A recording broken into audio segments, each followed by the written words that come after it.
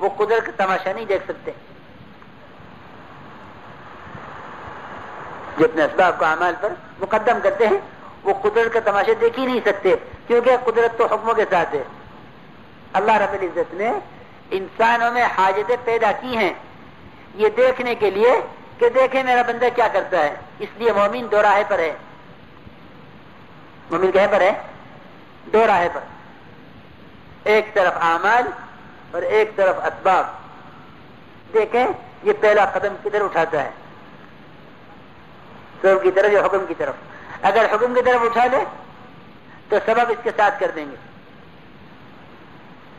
اس کے تو اسباب کے صرف اختیار کرنے کی دیر ہے، ورنہ اسباب تو محتاج بنائے گئے ہیں. اس کو صرف اختیار کرنے کی دیر ہے، ورنہ اسباب تو محتاج بنائے گئے ہیں. اللہ رب العزت نے دنیا کو اسباب سے بھرا ہی انسان کی خدمت کے لیے ہے.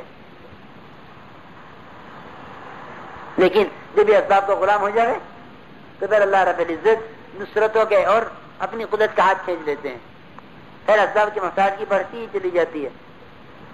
اس لیے میرے بزرگوں، دوستوں، عزیزوں، آج سے یہ طے کر لو کہ ہم اپنے اعمال کو ہر لائن کے اسباب پر مقدم کریں گے. دعاؤں کو مقدم کرو دواؤں پر، صدقات کو مقدم کرو علاج پر. آج تو صدقات سے علاج کا تصور ہی نہیں رہا. صدقات سے علاج کا تصور ہی نہیں رہا. ورنہ یوں کہیں کہ صدقات یہ اچانک آنے والے حوادثات کو روکتے ہیں. مناولۃ المسکین، تقی مسارع السوء، اچانک پیش آنے والے حوادثات کہ صدقات ان کو روک دیتے ہیں. ایک صحابی تھے، وہ نابینا ہو گئے.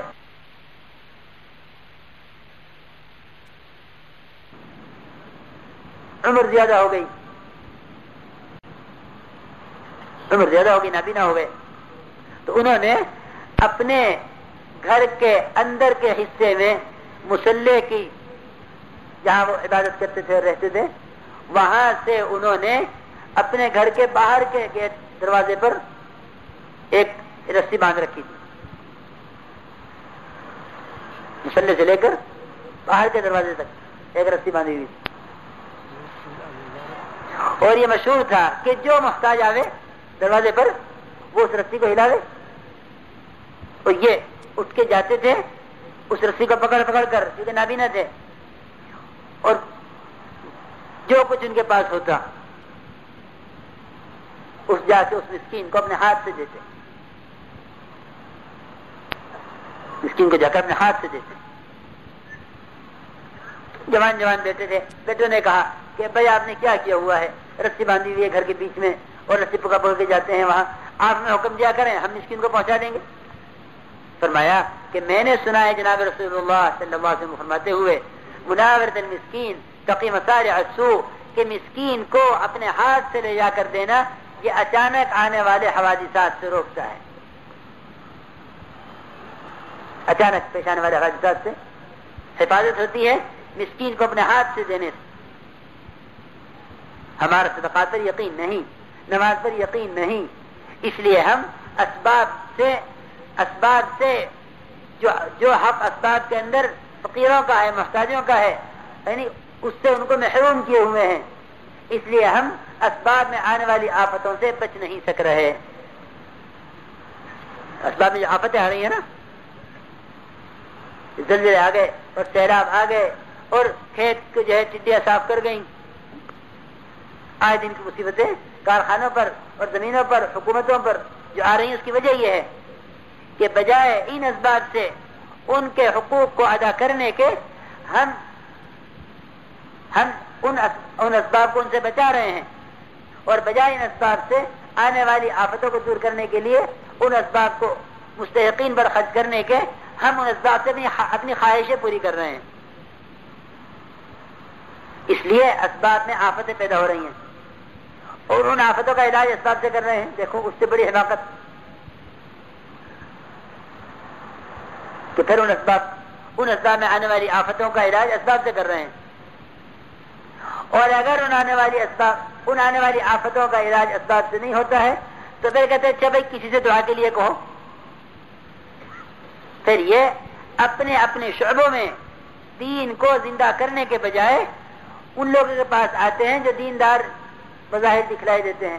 ان سے کہتے ہیں بھائی آپ بزرگ ہیں, آپ پیر ہیں, آپ بڑے ہیں, آپ دعا کر دیجئے, ہمارے حالات یہ ہیں. پھر یہ سمجھتے ہیں کہ بھائی ہم تو دنیا دار لوگ ہیں, کسی دیندار سے جا کے دعا کرا لو. حالانکہ دنیا دار اسے کہتے ہیں جو اللہ کو مانتا ہی نہیں ہے. مسلمان دنیا دار نہیں ہوتا. دنیا دار تو اسے کہتے ہیں جس کا آخرت میں کوئی گھر نہیں ہے, اس کا آخرت میں کوئی گھر نہیں, وہ دنیا دار ہے. مسلمان مالدار تو ہو سکتا ہے, دنیا دار نہیں ہو سکتا.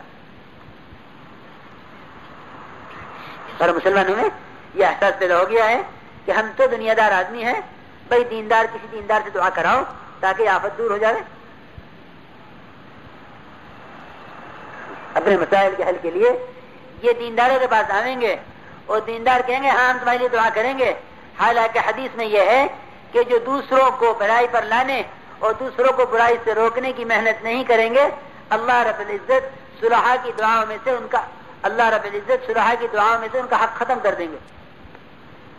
نیک لوگوں کی دعاؤں میں ان کا حق ہی نہیں رہے گا جو دوسروں کو برائی سے نہ روکیں گے اور دوسروں کو بھلائی کا حکم نہیں کریں گے. جی ہاں, روایت ہے, حدیث میں ہے کہ جو بھلائی کو حکم کرنا چھوڑ دیں اور برائی سے روکنا چھوڑ دیں کہ نیک اور صلحاء کی دعاؤں میں ان کا حق نہیں رہتا. اس لیے میرے بزرگوں عزیز دوستو, صحابہ کرام نے ایمان سیکھا تھا جس کی وجہ سے ان کے لیے اعمال یقینی ہو گئے تھے. تو وہ دعائیں پڑھیں